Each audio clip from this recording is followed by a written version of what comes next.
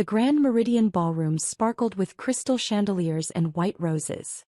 My sister Victoria's wedding was everything she dreamed of. 300 guests, a live orchestra and enough champagne to float a yacht.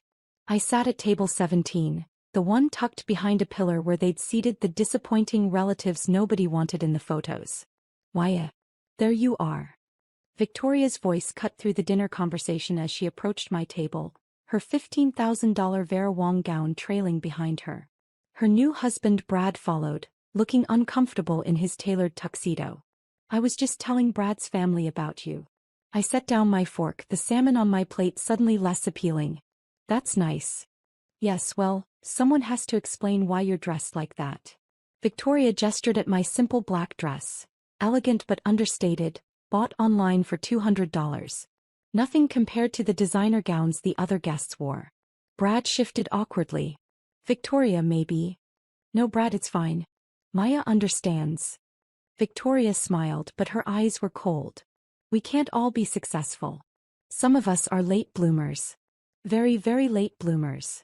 Our mother materialized beside Victoria, resplendent in champagne silk. Margaret Chin had dressed for her daughter's wedding like she was attending the Met Gala. Maya, darling, you're not boring people with stories about your warehouse work, are you? I haven't mentioned it, Mom. Good, good. Mom patted my shoulder with the same enthusiasm someone might show a disappointing houseplant. No need to advertise. Brad's family are investment bankers. Very successful people. They wouldn't understand your situation. An older woman at my table, one of Brad's aunts, leaned forward with interest. Warehouse work. How industrious. What kind of warehouse? Victoria laughed, the sound sharp and bright. Oh, it's nothing interesting. Maya dropped out of Stanford after 2 years to work in some logistics facility. We're still trying to understand why. I didn't drop out, I said quietly. I took a leave of absence. 5 years ago. Mom's voice dripped with disappointment. 5 years and you're still loading boxes onto trucks. Your father and I paid for 2 years at Stanford, Maya. Do you know how much that cost? I do. I've paid you back. Victoria snorted. With what money?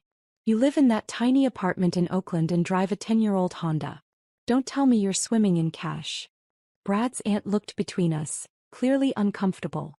The other guests at table 17 had gone quiet, their attention fixed on the family drama unfolding before them.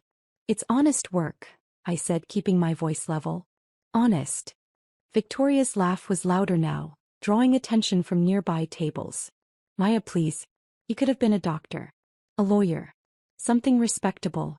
Instead, you're 27 years old and working in a warehouse. Do you know what people say when they ask about you? I didn't answer. I'd heard it all before, at family dinners, holidays, casual phone calls.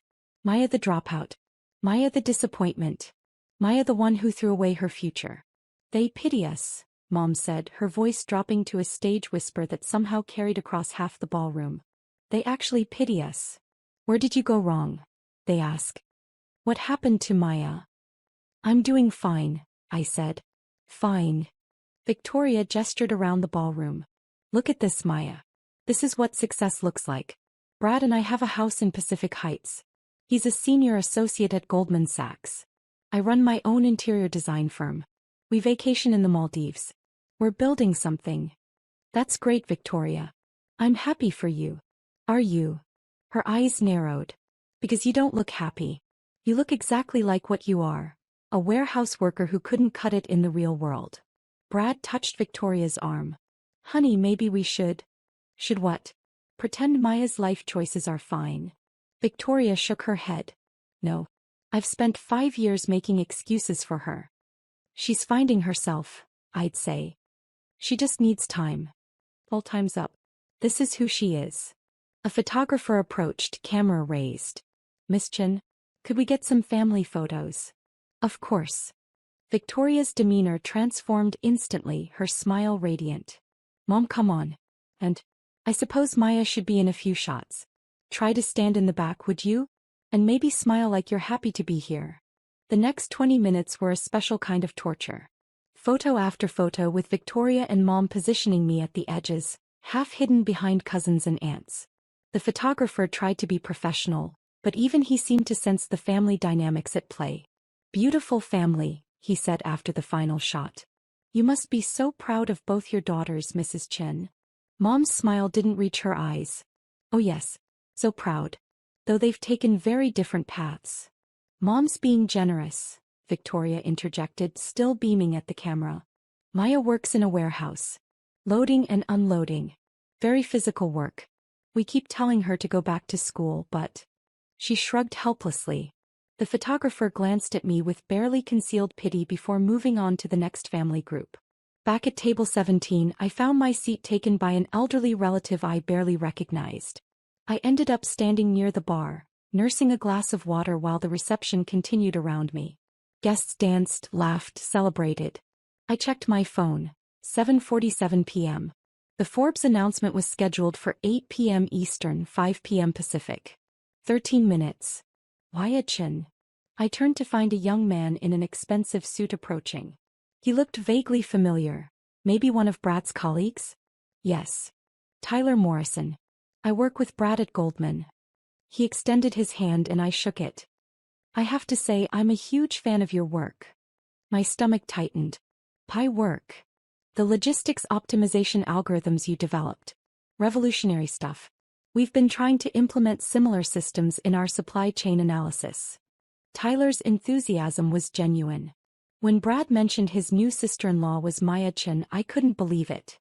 "You're kind of a legend in certain circles." Thank you. Are you still with Logistech? Or have you moved on to something new?" Before I could answer, Victoria appeared at my elbow. "Tyler. There you are. I see you've met my sister." Her emphasis on the last word made it sound like an affliction. "I have," Tyler said, oblivious to the tension. "I was just telling her how impressive her work is." Victoria's smile froze. "Her work. The supply chain optimization systems she designed. They're being studied at business schools now. Absolute game changer for the logistics industry." "Right. Her warehouse work." Victoria's voice had gone flat. Tyler laughed. "Well, I suppose technically she started in a warehouse. That's what makes it so brilliant. She understood the ground-level operations and built the algorithms from there. Pure genius." An announcement crackled over the sound system. "Ladies and gentlemen, dinner will be served in 5 minutes. Please find your seats." Victoria grabbed my arm as Tyler walked away. "What was that about?" "Nothing. Don't lie to me, Maya. What did you do?" "I developed some software. It's not a big deal." "Software?" Victoria's eyes narrowed. "What kind of software?" "Logistics optimization. It helps warehouses run more efficiently. And people are studying it? At business schools." I shrugged. "I guess it works pretty well." Victoria's grip tightened. "Why didn't you tell us?" "You never asked. You assumed I was just loading boxes." "Because that's what you said. You said you worked at a warehouse." I did. I started there to understand the systems before building something better." "This is unbelievable." Victoria released my arm. "You let us think you were a failure." "You decided I was a failure," I said quietly. "I just didn't correct you." Victoria opened her mouth to respond, but Mom appeared with a cluster of relatives in tow. "Waya, come, we're taking more photos. Try to look presentable this time. And fix your hair, it's going flat." I followed them back to the photo area where the photographer was setting up another shot. My phone buzzed in my clutch. 7:58 p.m. 2 minutes. "Everyone smile," the photographer called. "Beautiful. Now one with just the bride and her parents." Phones started buzzing. Not just one or two but dozens across the ballroom. A wave of notification sounds rippling through the crowd like dominoes falling. "What on earth?" Mom pulled out her phone, frowning at the screen. Her face went white. Victoria checked her own phone. "This can't be right." "What is it?" Dad appeared, champagne glass in hand, his face flushed with alcohol and celebration. "What's everyone looking at?" "Forbes just published their 30 under 30 list," Brad said, staring at his phone. "Technology category." Tyler Morrison's voice carried from across the room. "Holy shit. Maya Chen is number 1. The ballroom went quiet. 300 people suddenly focused on their phones, on the Forbes website, on the announcement that had just gone live. Number 1. Victoria's voice was barely a whisper. In technology? Mom thrust her phone at me, her hand shaking. The screen showed the Forbes website. Forbes 30 under 30. Technology. Number 1. Maya Chin, 27. Founder and CEO, Logistech Solutions. Net worth. $1.2 billion. The article continued below, but I didn't need to read it. I'd seen the draft 2 weeks ago when Forbes had fact-checked everything with my lawyers. Billion. Dad grabbed the phone, squinting at the screen. This says billion. With a B. That's impossible, Victoria said. Maya works in a warehouse. She drives a Honda. She lives in Oakland. I live in Oakland by choice, I said calmly. The warehouse is where I started Logistech. And I kept the Honda because it runs fine.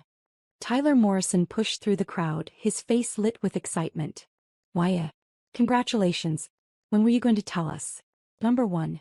And youngest self-made billionaire in the technology sector. Billionaire. Mom's voice cracked. Maya, what is he talking about? More guests crowded around, their phones out, comparing notes. The Forbes article was spreading through the ballroom like wildfire. A woman in a red dress, one of Brad's senior partners at Goldman, approached with her phone extended. I apologize, but I have to ask. Are you the Maya Chin who developed the smart flow algorithms? I am. I've been trying to get a meeting with your team for 6 months. We want to implement your systems across our entire global supply chain. She glanced at Victoria and Mom, her expression shifting from excitement to confusion. Wait, you're the bride's sister. I am. But earlier I heard someone say you worked in a warehouse? I did. That's where I started Logistech 5 years ago. The senior partner's eyes widened. You started Logistech in a warehouse? In Oakland. I needed to understand ground-level logistics before I could optimize them. So I worked the floor for 8 months. Loading trucks, managing inventory, tracking shipments. Then I built the software. And now you're worth over $1 billion. The senior partner laughed in disbelief. That's incredible. Victoria grabbed my arm again, pulling me away from the crowd. Why didn't you tell us? Tell you what? That you were building a company. That you were successful. You let us think. I let you think what you wanted to think, I said. Every time I tried to explain what I was doing, you interrupted. You assumed. You decided I was a failure, and nothing I said would have changed your mind. That's not fair. Isn't it? Christmas, I tried to tell you about the first major contract Logistech secured. You cut me off to talk about your new handbag. At Dad's birthday, I mentioned that I was hiring a development team. You asked if they were other warehouse workers. Mom appeared, mascara starting to run. Maya, sweetheart, this is wonderful news. Why didn't you share this with your family? I tried. You weren't interested in listening. But $1 billion. Dad had joined the circle, his face red. You're worth $1 billion, and you're wearing a $200 dress to your sister's wedding? I like this dress. But people will think. Mom stopped herself, glancing around at the guests who were still clustered nearby, watching our family drama unfold in real time. A silver-haired man in an impeccable suit approached. Excuse me. I'm Robert Hutchinson, Brad's father. I couldn't help but overhear. You're really the founder of Logistech? Yes, sir. My firm uses your software. Saved us $40 million last year in logistics costs alone. He extended his hand and I shook it. I had no idea Brad was marrying into such an innovative family. Your daughter is remarkable, Mrs. Chen. Mom's smile was strained. Yes, well, Maya's always been driven. Driven? She's revolutionary. Robert turned to me. We've been trying to arrange a meeting with your team. Our CFO wants to discuss expanding our implementation to international operations. Have your people contact my office, I said. We can set something up. Your office. Victoria's voice was hollow. You have an office. I have a building. In San Francisco. 43 employees. 43. Victoria swayed slightly and Brad steadied her. But you said you worked in Oakland. I said I live in Oakland. My company's headquarters is in San Francisco, near the Ferry Building. Brad pulled out his phone, typing quickly. Logistech Solutions. Headquarters at One Market Plaza. Jesus, Victoria, that's prime real estate. The view's nice, I said. More guests were gathering now, a crowd forming around our family. I could hear them whispering, comparing phone screens, reading the Forbes article aloud to each other. It says here you started Logistech with $50,000 in savings, someone read. Worked in a warehouse to understand the operational challenges, then spent 18 months developing the initial algorithm. First major client was Amazon. Third client, I corrected. First was a regional shipping company, second was a national retail chain. Amazon came after we'd proven the concept. Tyler Morrison laughed. After you'd proven the concept? Maya, you revolutionized supply chain management. Companies are falling over themselves to implement your systems.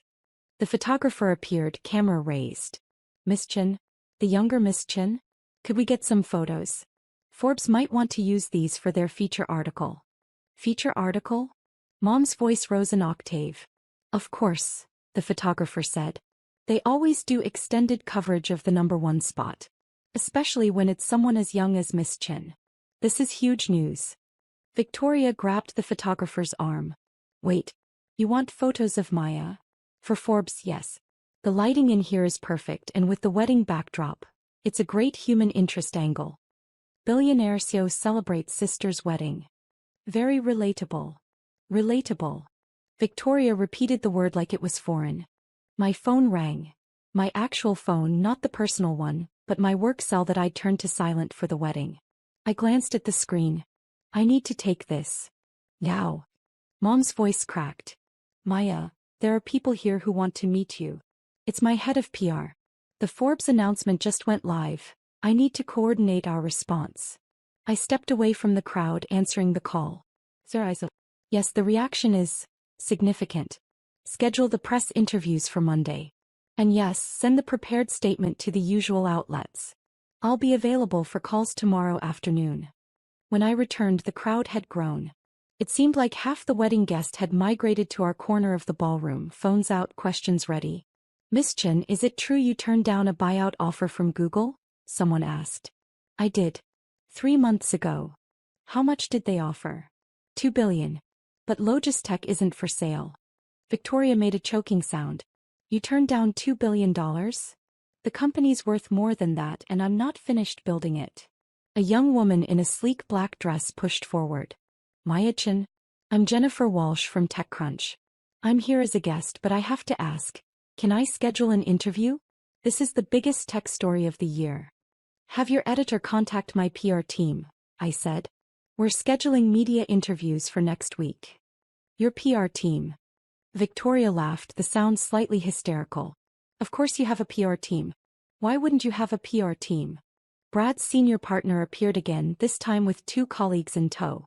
Miss Chin, I apologize for the intrusion, but we really must discuss a partnership. Goldman Sachs is very interested in exploring investment opportunities with Logistech. We're not seeking investment, I said. But I'm always open to discussing enterprise implementation of our systems. Enterprise implementation. Right. The partner pulled out a business card. Please have someone from your team reach out. This could be a very lucrative relationship for both parties. Mom was staring at me like she'd never seen me before. Maya, I don't understand. When did all this happen? Over the past 5 years. While you thought I was just loading trucks. But you never said. I tried. Multiple times. You didn't listen. Dad cleared his throat. Well, in our defense, you were quite vague about your work. I told you I was developing logistics software. You called it playing with computers. We didn't realize you were starting a billion-dollar company. Would it have mattered? If I'd told you the exact value of Logistech, would you have listened? Or would you have assumed I was exaggerating? The silence that followed was answer enough. Victoria's carefully applied makeup was starting to smudge, tears threatening to spill over. This is my wedding day, Maya. My special day. And you're making it about you. I didn't do anything, I said quietly. Forbes published their list. I didn't control the timing. But you knew. You knew this was coming today and you came anyway. You invited me. I'm your sister. Some sister. You let us look like fools in front of everyone. Brad touched Victoria's shoulder. Honey, maybe we should. Should what? Victoria spun to face him.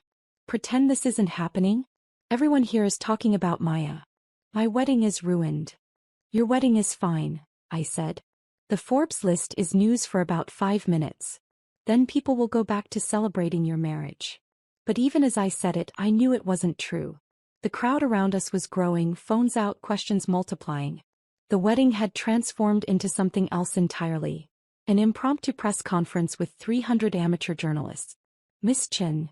A man in his 50s pushed forward, gold cufflinks flashing. Harrison Webb Venture Capital. I'd love to discuss funding opportunities for your next venture. Logistech is my venture. I'm not looking for funding. But surely with your track record you're considering expansion? New products? I represent several firms that would be very interested. I'm at my sister's wedding, I said, my voice firm. This isn't the time or place.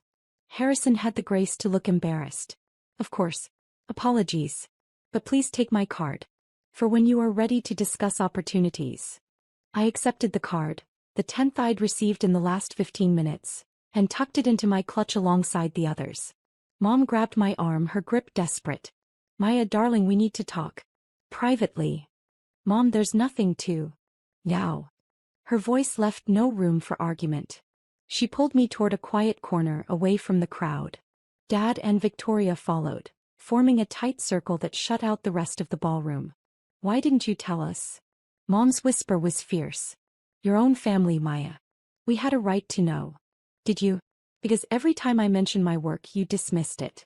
Every holiday, every phone call, you made it clear that what I was doing wasn't good enough. We were trying to motivate you. No, you were trying to shame me. There's a difference. Victoria's tears were flowing freely now, mascara tracking down her cheeks. You made us look like idiots. Everyone heard what we said about you, about the warehouse work, the Honda, the cheap dress. And now they know the truth. The truth is I do work in a warehouse sometimes. I do drive a Honda. And I did buy this dress online. Nothing I said was a lie. But you let us believe. I let you believe what you wanted to believe. You made assumptions about my life, my choices, my success. I didn't correct you because honestly, I met Victoria's eyes. I wanted to see how far you'd go. How cruel you'd be to someone you thought was beneath you. Mom gasped. That's not fair. Isn't it? You introduced me to Brad's family as the disappointing daughter. You seated me behind a pillar. You told me to stand in the back of photos and fix my hair. When would it have stopped? If Forbes hadn't published their list, would you have spent the rest of your life treating me like a failure? We were concerned about you. Dad's voice was too loud, drawing attention from nearby guests. He lowered it to a harsh whisper. We paid for Stanford. We expected you to do something with that education. I did. I built a billion-dollar company. By working in a warehouse. By understanding the problem before creating the solution. That's good business. Victoria wiped her eyes, smearing her makeup further. This is unbelievable. My wedding is completely ruined. Your wedding is fine, I repeated. Look around, Victoria. People are still dancing. The band is still playing. Dinner is being served. The only thing that's changed is what people think of me. Everyone is staring. They'll stop. Give it 10 minutes and they'll be back to celebrating your marriage. But even as I said it, I could see the phones still out, the clusters of guests huddled around screens, the surreptitious glances in our direction. The Forbes announcement had fundamentally altered the evening. Jennifer Walsh from TechCrunch appeared at my elbow. I'm so sorry to interrupt, but my editor is already asking for a quote. Can you give me anything?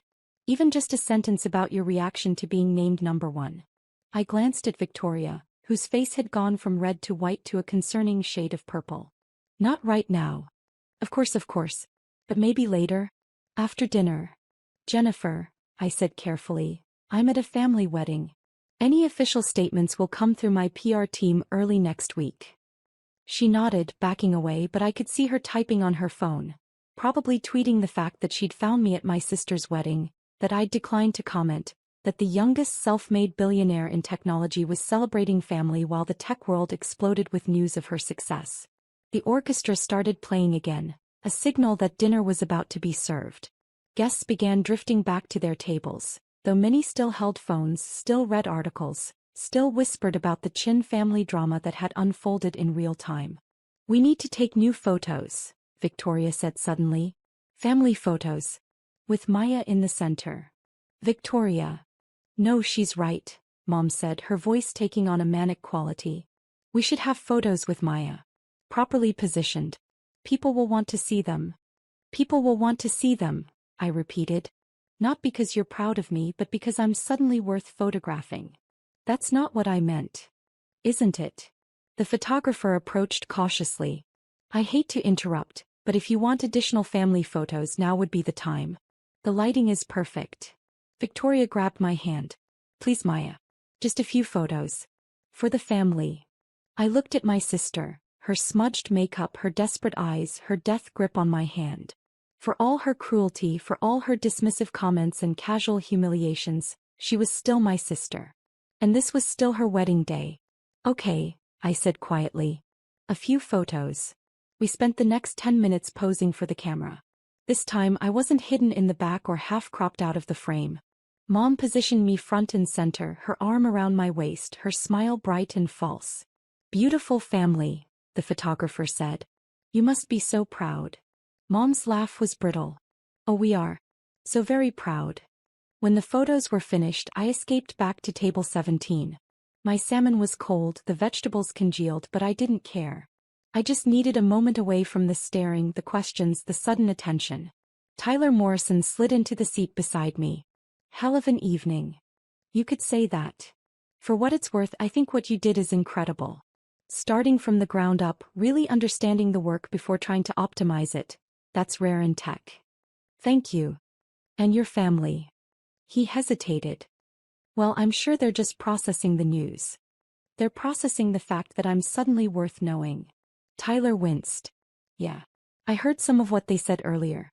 Before the announcement. That was rough. It's been rough for 5 years. Why didn't you tell them? Would you believe me if I said I wanted to see if they'd love me anyway? Even if I was just a warehouse worker. And I watched Mom across the ballroom, watched her laughing with Brad's parents, probably spinning some story about how she'd always known I'd be successful, how proud she'd always been. I got my answer, I said. Dinner was served, though I barely tasted it. Guests kept approaching between courses. Brad's colleagues, distant relatives, complete strangers who suddenly wanted to know about Logistech, about the Forbes announcement, about my plans for the future. I answered politely, gave out business cards for my PR team, deflected personal questions. And through it all I watched my family. Victoria trying to smile for photos while her eyes kept drifting to me with something like resentment. Mom suddenly effusive in her praise, telling anyone who would listen about my Stanford education, my brilliant mind, my innovative spirit. All the things she'd dismissed or ignored for the past 5 years.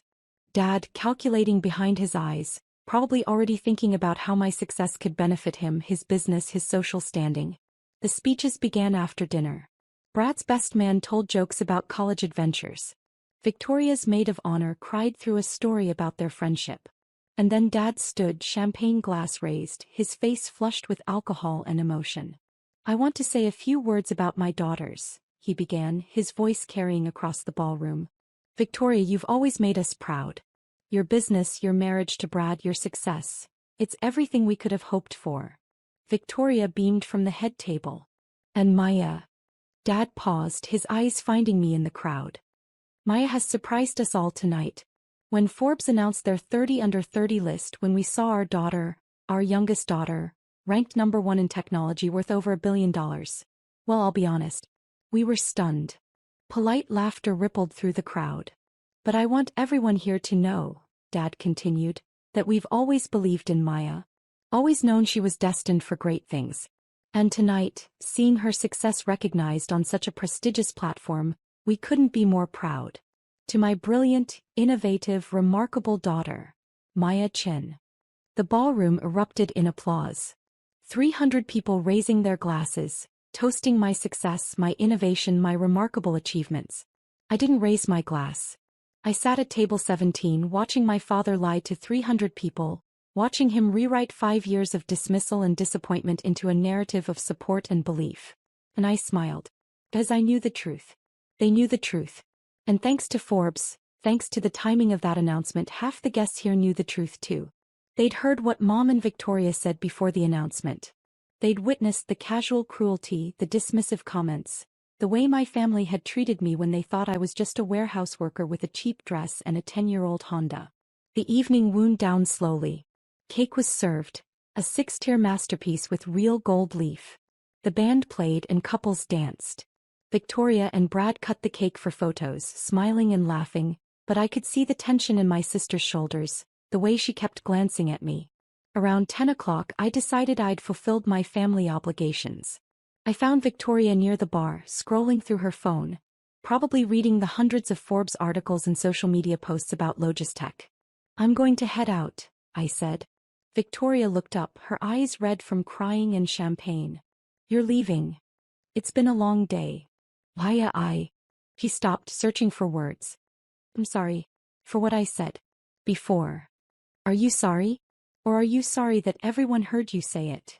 Victoria flinched. "That's not fair." "Tonight wasn't about fair, Victoria. It was about truth. And the truth is you've spent 5 years treating me like a failure. Tonight didn't change that. It just changed what you think I'm worth. I was wrong. You were cruel. There's a difference." I turned to leave, but Victoria grabbed my arm. "Please. Stay. Just a little longer.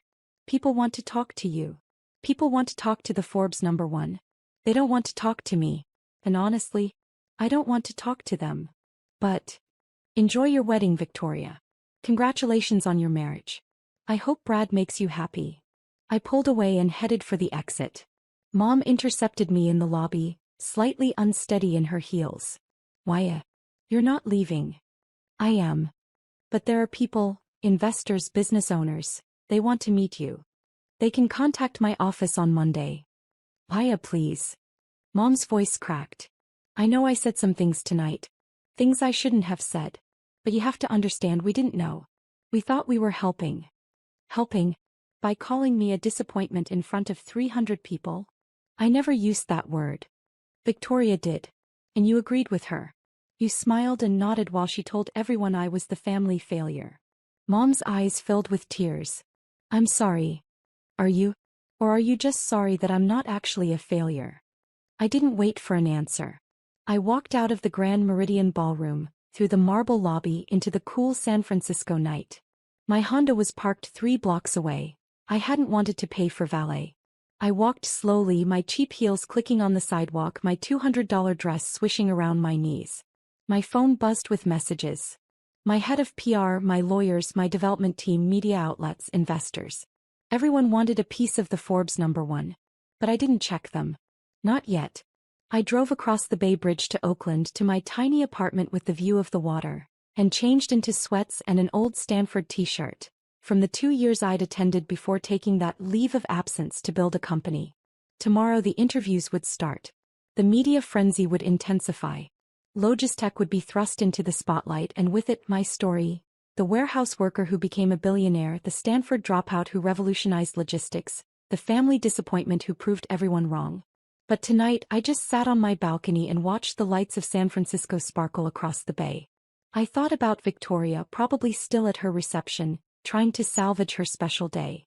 I thought about Mom and Dad, spinning their narrative of always believing in me, always supporting me. And I thought about Table 17, tucked behind a pillar, where they'd seated the disappointing relative nobody wanted in the photos. My phone rang. "Sarah, my head of PR. The Forbes piece is exploding," she said without preamble. "Every major outlet wants an interview. Bloomberg, CNBC, TechCrunch, Wired. Everyone. And there's a human interest angle emerging about your family dynamic. Apparently, someone at the wedding tweeted about your sister's comments before the announcement." Of course they did. It's getting traction. Tech billionaire reveals sister's treatment at wedding. Do you want to respond? No. Maya, this could be good for your image. The self-made angle, the family drama overcome. I said no. What happened tonight was private. Or it should have been. Understood. What about interviews? Can I start scheduling? Yes. But only professional outlets. Tech industry focus. Nothing about my family. Got it. Also, Google CEO called. They want to discuss their buyout offer again. Still not interested. They're willing to go to $3 billion. I watched a ferry cross the bay, its lights reflected in the dark water. Tell them Logistech isn't for sale. At any price. After Sarah hung up, I sat in the quiet of my apartment. My tiny, cheap apartment that I could afford 1,000 times over but kept because it reminded me where I started, what mattered. My phone buzzed again. A text from Victoria. Everyone's talking about you. Everyone. This was supposed to be my day. I stared at the message for a long moment. Then I typed back. It still is. I'm sorry the timing was bad. Congratulations on your marriage. She didn't respond. Another text came through, this time from Dad. We need to talk about your company. I have some ideas about expansion. I deleted it without responding. And then unexpectedly a message from Brad. I'm sorry about tonight. Victoria is too, even if she can't say it yet. For what it's worth, I think what you've built is incredible. And I'm sorry we didn't see it sooner. I smiled at that. Typed back. Thanks, Brad. Take care of my sister. The San Francisco skyline glittered across the bay. All those buildings where people worked, where companies operated, where Forbes published lists that changed everything in a moment. Tomorrow I'd be the youngest self-made billionaire in technology. I'd be the Forbes #1. I'd be the success story everyone wanted to interview, invest in, learn from. But tonight I was just Maya Chin. The warehouse worker. The family disappointment. The girl in the $200 dress who chose to live in a tiny apartment and drive a 10-year-old Honda because success wasn't about the appearance. It was about the work. My phone buzzed one more time. A message from Tyler Morrison. Just wanted to say, your family might not have recognized your worth, but the rest of us do. Can't wait to see what you build next. I set my phone aside and watched the fairy lights disappear into the Oakland harbor. Tomorrow would be chaos. But tonight I sat in my cheap apartment wearing my old college t-shirt and felt more successful than I'd ever felt in my life. Because I'd built something real. Something valuable. Something that didn't need my family's approval or society's validation. And that was worth more than any Forbes ranking could ever measure.